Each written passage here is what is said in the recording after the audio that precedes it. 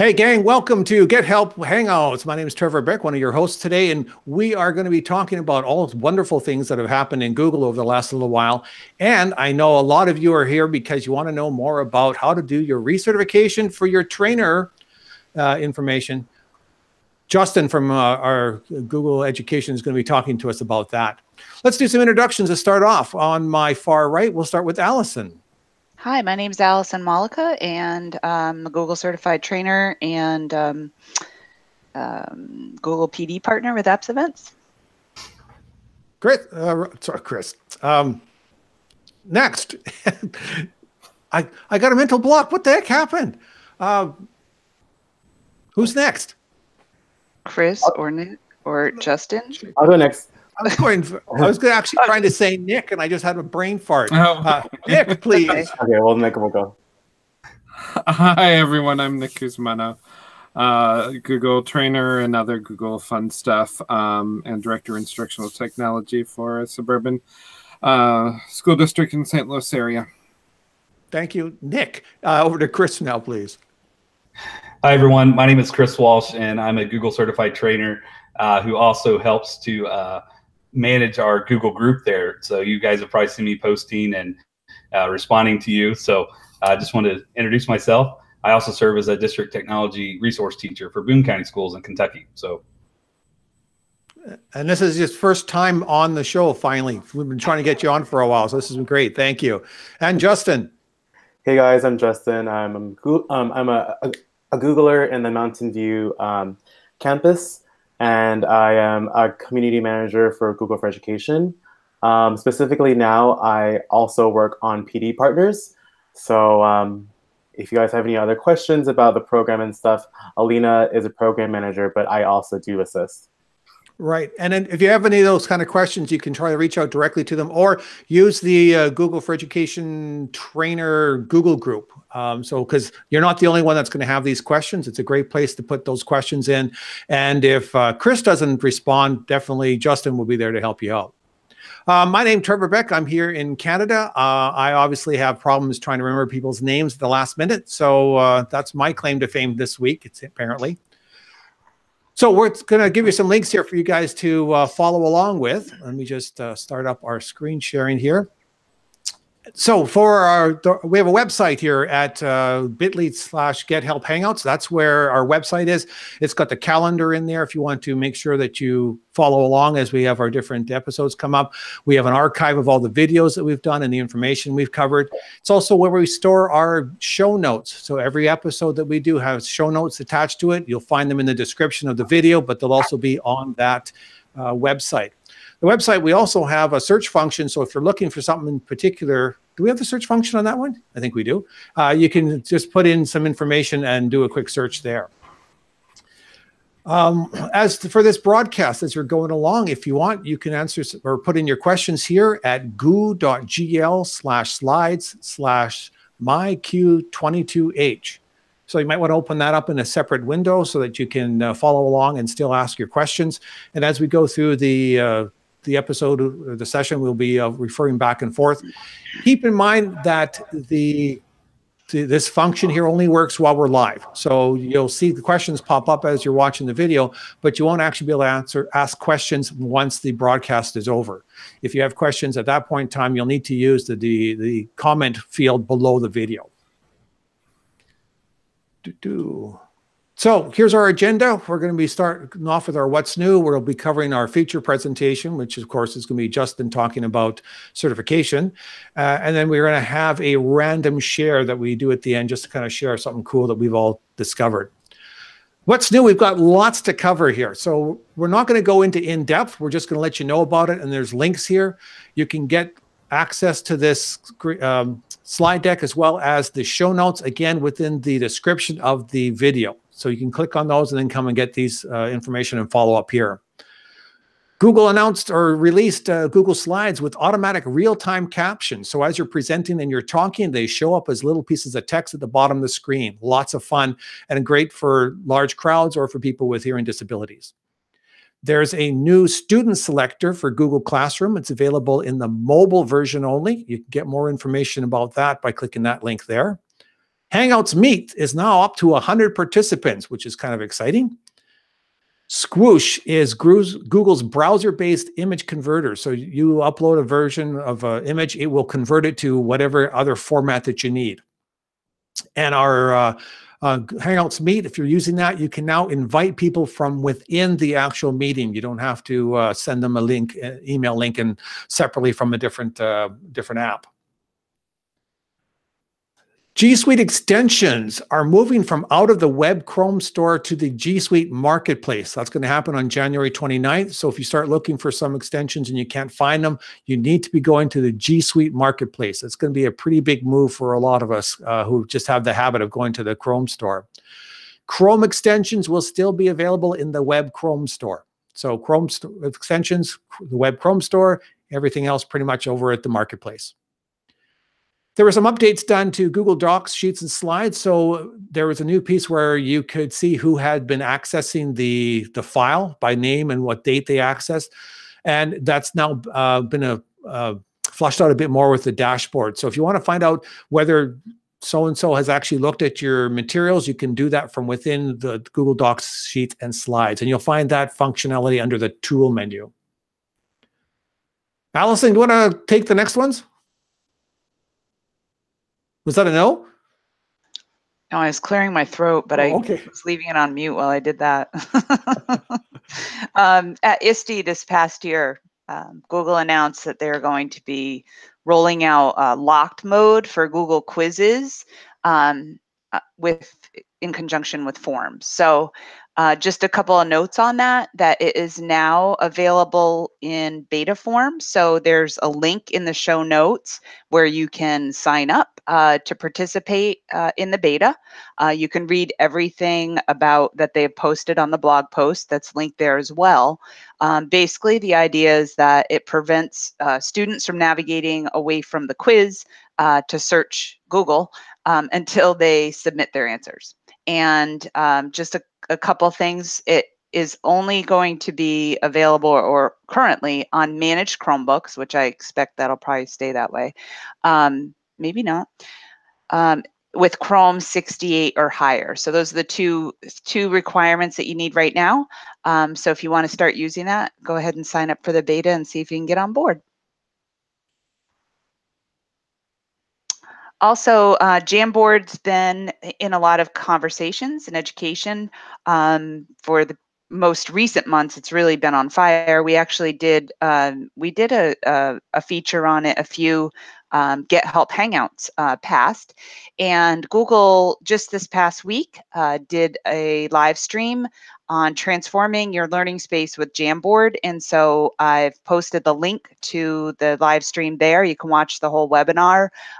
It's really, it's full of tips and tricks for using the Chrome, the Jamboard in the K through 12 environment with trainers and teachers who are providing authentic, specific ways and examples that they're currently using it with littles, with iPads, you name it. I would also remind you on the Jamboard to check your email because there is a special opportunity for trainers on the 11th that you can sign up for to check out that Google's offering us. What's that? Do you have any more information on that? So on the 11th, there's two different times in the early afternoon, late afternoon, where they're offering special a Hangout training for Google trainers. For the Jamboard. And it's for on Jamboard. I was getting excited. I thought you were... Sorry, go ahead, Allison. It's posted in the listserv? Yes. Or I got a personal I got an email from, I think they sent it out from the Google trainer list. Well, I don't know, Nick. You're everything. You're Google this, you're Google certified that, you're Google certified this. So maybe they only sent it to one of those niches that you're part of.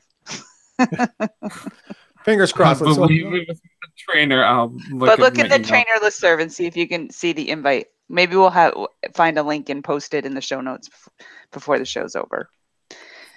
So the other thing that's going on this week is Hour of Code, and it's not over yet. In fact, the CS First team, to celebrate Hour of Code, they shared a digital lesson specifically for, very special one, specifically for Hour of Code. You can find the lesson in the link there, and you can get started directly doing it with the other link that says get started here.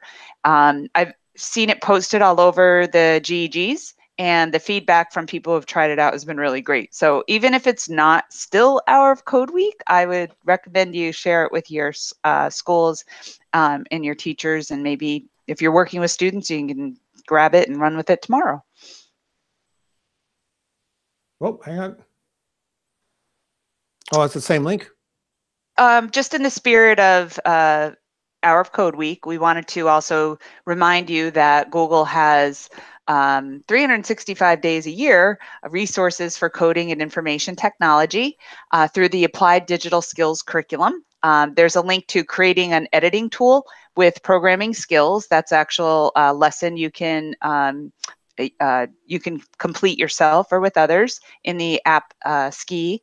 And also the Code In with Google is coming to a close. It starts in October every year. I think kids actually get started with it in early November, and that's an opportunity that you can participate in each year. So even though it's coming to an end, I would recommend taking a look at it because it might be something you can put on your agenda for next year. And then last but not least, I always like to mention Google has an IT support certificate as part of the Grow with Google program. And this certificate is part of it's kind of like a nano degree. You enroll in a course, and it's in partnership with Coursera, but it's a widely recognized certificate as an IT support specialist. So it can be completed in, I believe, as little as 6 months or earlier, depending on how much time you have. And it's a course that you take. You get authentic, hands-on access to servers and an admin interface to really learn your skill. And when you're done, you get a certificate. So this could be really great for high school students who may or may not be going to college, but are very interested in this area. And I also know computer lab paraprofessionals and IT support folks at different high schools and school districts who have completed this. So it's really cool, and it's very, very affordable. And for those of you who have students who might want to complete it, I was showcasing it in Valdosta, Georgia, and the kids that were helping out with the event, they were all in a workshop with me, and their superintendent said, anyone who wants to complete this, if there's a cost, will pay for it. So I would definitely share this with your schools. Excellent. That's it for our updates. Chris sent me the link here for the Jamboard session. So it's at goo.gl. Oh, okay. I put it in the slideshow. Oh, okay. But for those of you that are on live, you can just write that down right now. Goo.gl. It's okay. And that would be that. All right. No questions so far.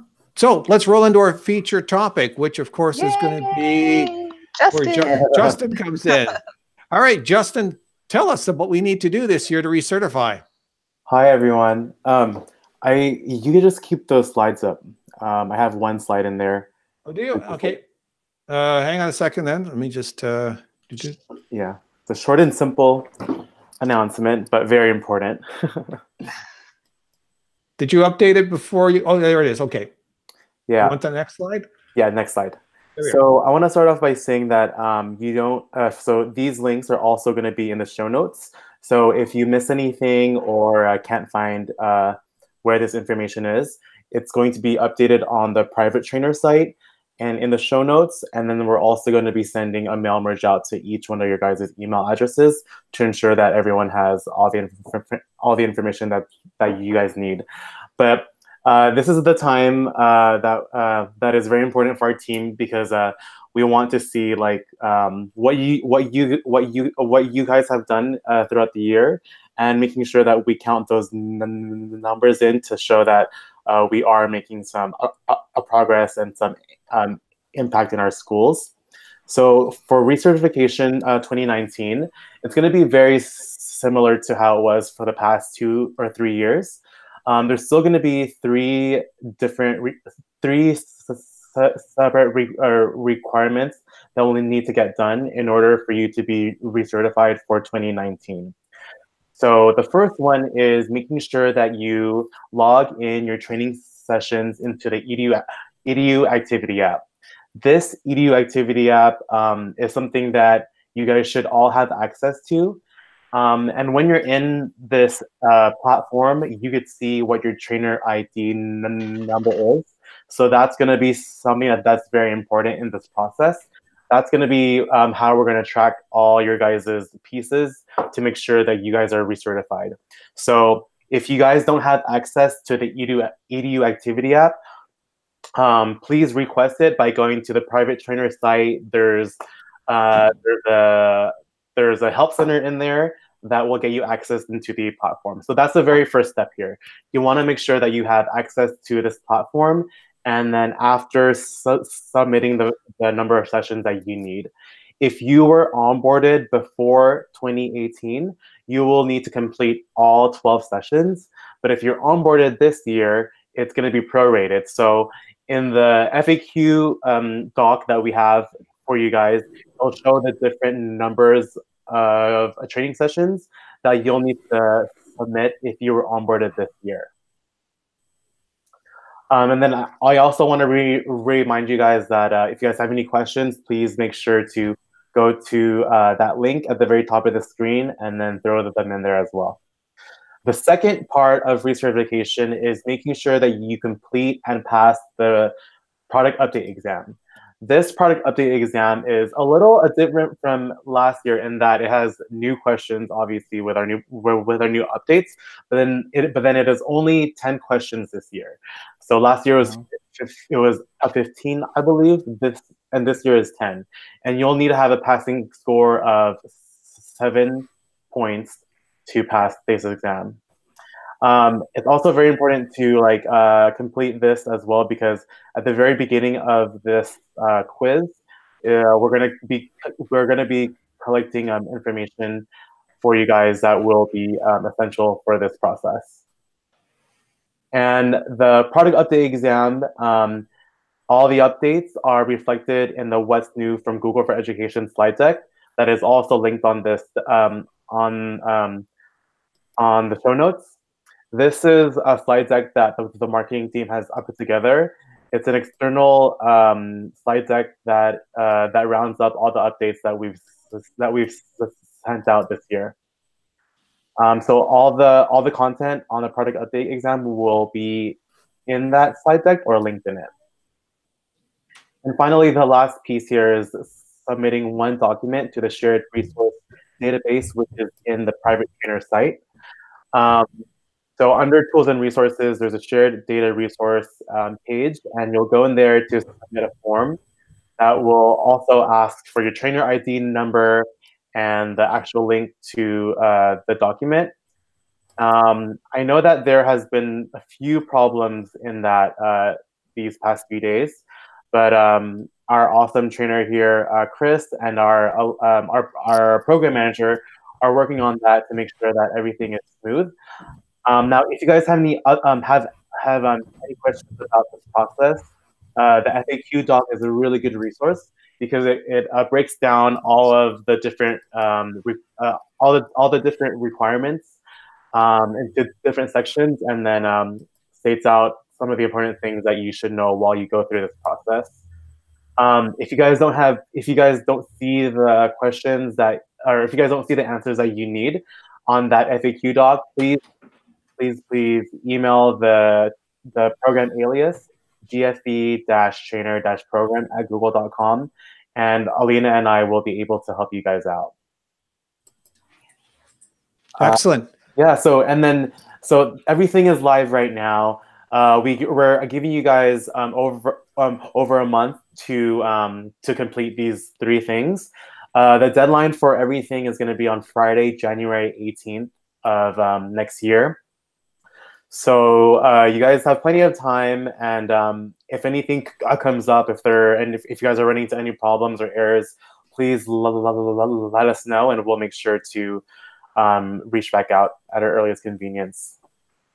Hey, Justin, would it be? I know some of the links for the activity app and the submission are at the top of the Google group as part of the introduction. Perhaps we could also put links at there as well for those the exam and the FAQ.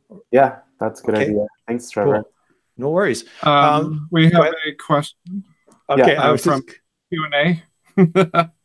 They're asking, how many times can they take the exam? What happens if you don't pass? Yeah, so within these next few weeks until January 18th, you could only take the exam once. And then after the deadline, we're going to give you guys opportunities to retake. Okay, that's pretty much the only question. Anyone else? So far, I do know a common question is, what counts as a training? How many people? What are the parameters you're looking for there? So a training counts as a new topic or a new audience. And what's the number of the audience member? If does one-on-one training count? Because that's a question that always comes. Yeah. Mm-hmm. And Justin, does it? What about training students? Students, no. Yeah. Perfect. Thank you. Okay. Of course. All right, excellent. And if you guys have any other questions, feel free to throw them in the description down at the bottom there. But for the most part, go to the Google group. That's where, that's your main source of communication. And that's where Justin's going to be hanging out most of his time anyways, through there, right? Yes. Okay. And as one who's filled it out, start putting yours in if you haven't already. And if you haven't yet, start doing a couple at a time a day so that you're not doing it all on the January 17th. Because I have done that before. It takes a while. I think we've all done that. As long as you guys get them in, we're good. Excellent. Okay, so that takes us past our feature presentation, which was the main gist of this. Thank you very much, Justin, because I know people are very excited about that. So, and again, the deadline was January 19th, 18th? January 18th, Friday. 18th, it's Friday. Right, excellent. Thank you. Okay, random shares, and this is the part where we come to the end of the thing, and we all take 1 minute just to share out something. I didn't get a chance to put one in, but I'm going to throw something in real quick. And I can't remember if I've done this already, but there is a Chrome extension for Bitly. So goo.gl, Google is announcing that they're going to shut down that shortcut shortener in the next coming year. And as far as I know, that's still going ahead. You guys know anything different? No. Anyways, so to replace the goo.gl shortener, you might want to try using the Bitly shortener. You can search for that in the Chrome Web Store, and that is pretty much my random share. Nick? So it's Christmas, holiday time, Hanukkah, all those gift-giving time. And Google Home is a popular gift, whether you get the mini, the larger one, the huge one, or the brand new, I think it's called Google Show. I have a feeling that's what I'm getting for Christmas, but I do not have verification of that. But now that you have that, what are you going to ask it? What do you want it to do for you? Google make my life easier. I've shared a list from CNET that goes over many, many different commands that you can have to do for that. And I gave Google Home to our administrative assistant in my district for her birthday, and she loves it. And if you like someone who likes white noise, you can tell Google to play white noise for 30 minutes before you go to bed, and wake up and let you know it's day, turn on and off your lights. I have Google Nest, so I can control Nest using Google Home. And I love the broadcast feature of it, so I can tell my son, get off, stop playing Fortnite, or and I'm downstairs and he's upstairs. So it reminds me of, we used to have an old intercom. Those of you who are old enough to remember, and the little buzzer. Well, now it replaces that, and now you can reply to the broadcast. That's brand new, the past month or two. So lots of fun with that. But if you're using it in your classroom, you need to talk to your administration first. Like, we're not allowing that in my district, just because the way it works, you need to talk with the powers that be so that you don't get yourself in trouble. Can I add a couple of follow-ups?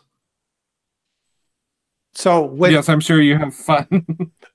I'm just going to say, for anyone that's on the Apple ecosystem, you can use Siri shortcuts to launch the Google Assistant and the Google Home stuff. So you can work with that. But yeah, Google Home is really fun. And here's something I learned. You can either say, "Hey Google," "Okay Google," but it also will react to "Hey Boo Boo" and "Okay Boo Boo." So it's always fun in the morning going, "Hey Boo Boo, good morning." Oh, good to know. Small things, amuse small minds. Chris. All right. So my share here is for a Forms add-on called Auto Mastery. And this add-on was actually created as part of an innovator project for one of our fellow trainers, Mary Ellen West. So shout out to her. But what this does is it allows the form creator to assign students work based on the score from the form. So you can set multiple levels, so mastery, beginner, intermediate, and it will then assign work associated with the score that they make. So it's pretty cool, helps to streamline your classroom, really helps to personalize the instruction process and make sure every student gets exactly what they need. Excellent. Thank you very much, Chris. Allison, your turn. But you're muted. Yeah, sorry about that. That's all right. I'm going to do a screen share. So I'm sharing a family link. Before I do, I just want to say, because I share things doesn't mean I necessarily advocate one way or the other for anything, such as locking forms. I shared that earlier, and there's some people think it goes against their beliefs about, being able to find things out in demand, and other people that are delighted, and there's reasons for everything. So I just want to say that up front. And now what I would like to share is the Family Link app.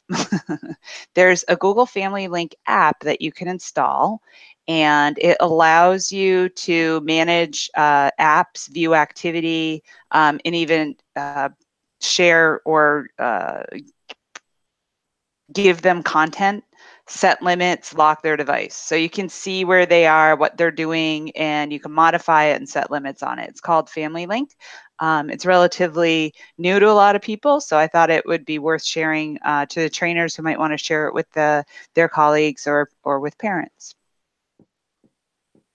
That's it. Excellent. Thank you. That's it. Cool. And that's it for us, guys. That's 30 minutes down the pipe. That works out really well.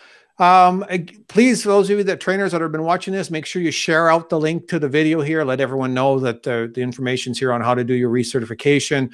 Remember our website, bit.ly/Get Help Hangouts. That's our website. It's going to have our calendar there. You can subscribe to the calendar so you'll get notified whenever there's another video being put out, as well as subscribe to the YouTube channel. That would make sense too. That's it then. So anything last minute from you guys? Nope. Okay. I can show my little coding, so don't stop leaving, since it is Hour of Code Week. Oh, nice. That's cool. Okay, thank you for that. Guys, have yourself a Merry Christmas or Happy New Year or whatever it is, or Happy Holidays, whatever works for you. And we'll see you all in the new year. Say goodbye, guys.